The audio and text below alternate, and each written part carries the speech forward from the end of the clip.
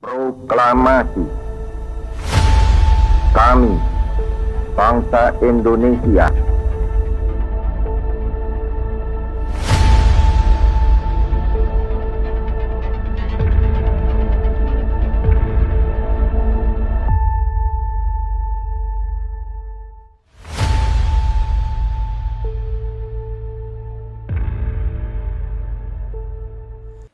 Salam Indonesia.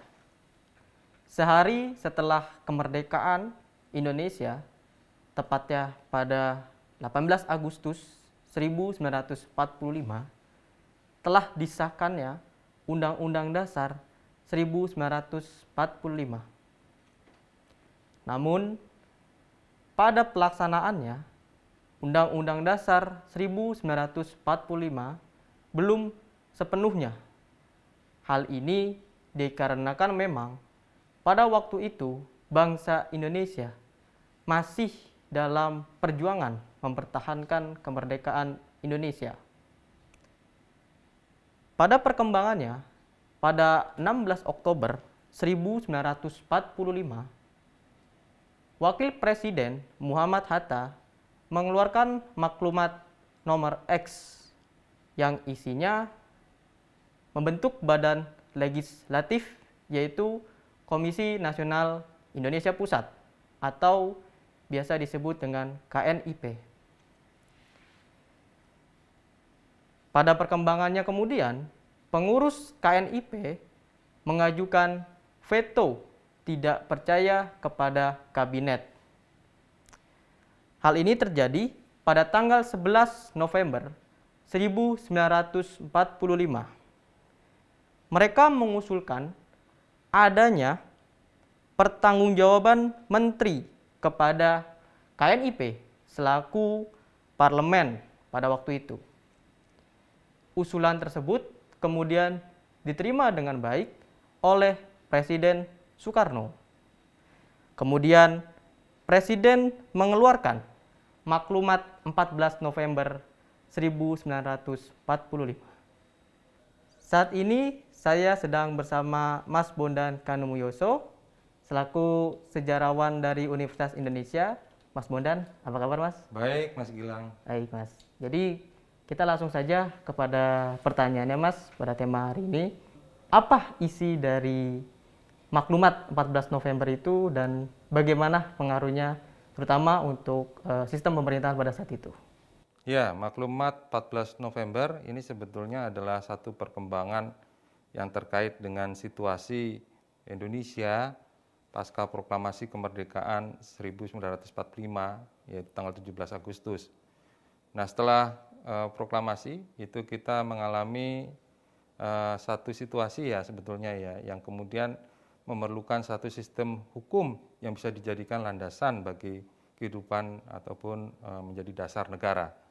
Nah, itulah yang kemudian pada tanggal 18 Agustus 1945 itu Panitia Persiapan Kemerdekaan Indonesia mengesahkan satu undang-undang dasar yang menjadi konstitusi yang kita kenal sebagai Undang-Undang Dasar 1945. Dan Undang-Undang Dasar inilah yang kemudian menjadi dasar kehidupan kita selama beberapa bulan ya sampai dikeluarkannya maklumat 14 November 1945. Dalam periode itulah sebetulnya Presiden itu memegang pemerintahan atau menjadi pemegang kekuasaan tertinggi. Ya. Jadi yang menjalankan pemerintahan itu adalah Presiden Republik Indonesia. Nah, tetapi rupanya ada pandangan ketika itu karena ada upaya untuk sekutu yang diboncengi oleh NICA, Netherlands Indies Civil Administration atau pemerintahan sipil Belanda yang ingin kembali mengkoloni Indonesia.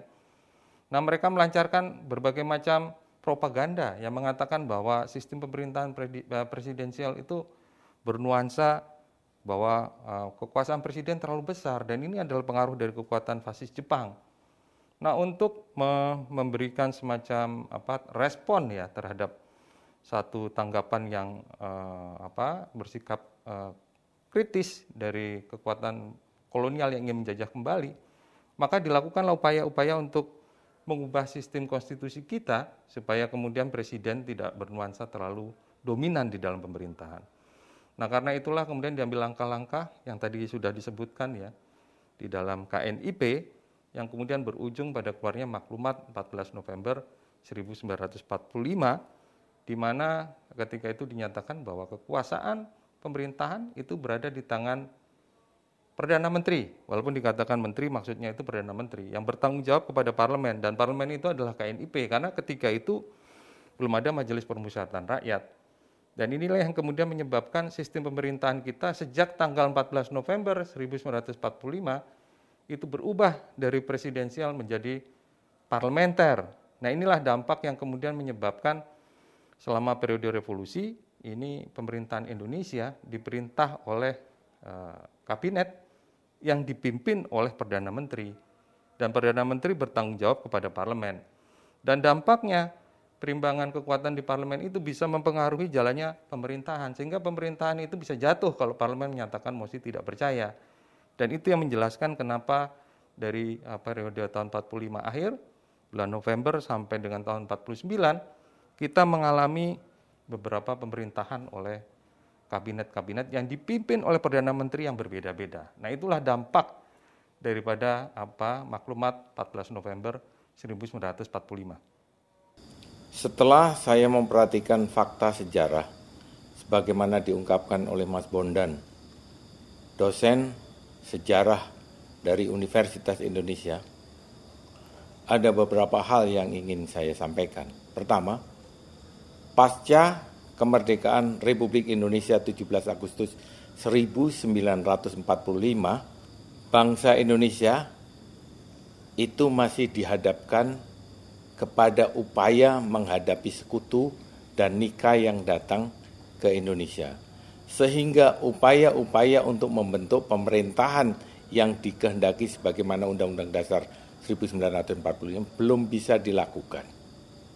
Kedua, celakanya, nikah yang datang ke Indonesia untuk melucuti tentara Jepang membuat propaganda yang mengatakan bahwa sistem presidensial yang berlaku di Indonesia itu tidak sesuai dengan sistem yang berlaku sebagaimana banyak dilakukan di Eropa, yaitu sistem parlementer.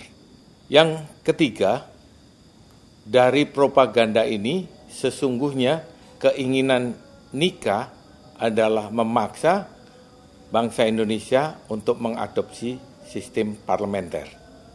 Tetapi yang ingin saya katakan dari tiga hal tadi adalah bahwa sidang BPUPKI tanggal 11 Juli 1945 yang menetapkan hukum dasar yang kemudian ditetapkan menjadi Undang-Undang Dasar 1945 pada 18 Agustus 1945 oleh PPKI itu tidak menghendaki kedua sistem yang dikatakan tadi. Yang dikehendaki adalah sebuah sistem yang mereka sebut sistem khas untuk Indonesia yang diajukan oleh Dr. Sukiman, anggota BPUPKI dari Yogyakarta, dan Profesor Supomo, Ketua Panitia Kecil BPUPKI. Ismail Suni menyebutnya sebagai sistem kuasi presidensial dan Patmo Wahyono menamakan sistem mandataris. Dengan demikian, maka kalau dikatakan sistem mandataris, sistem MPR yang dianut di dalam Undang-Undang Dasar 45 itulah yang dikenal dengan sebagai sistem sendiri.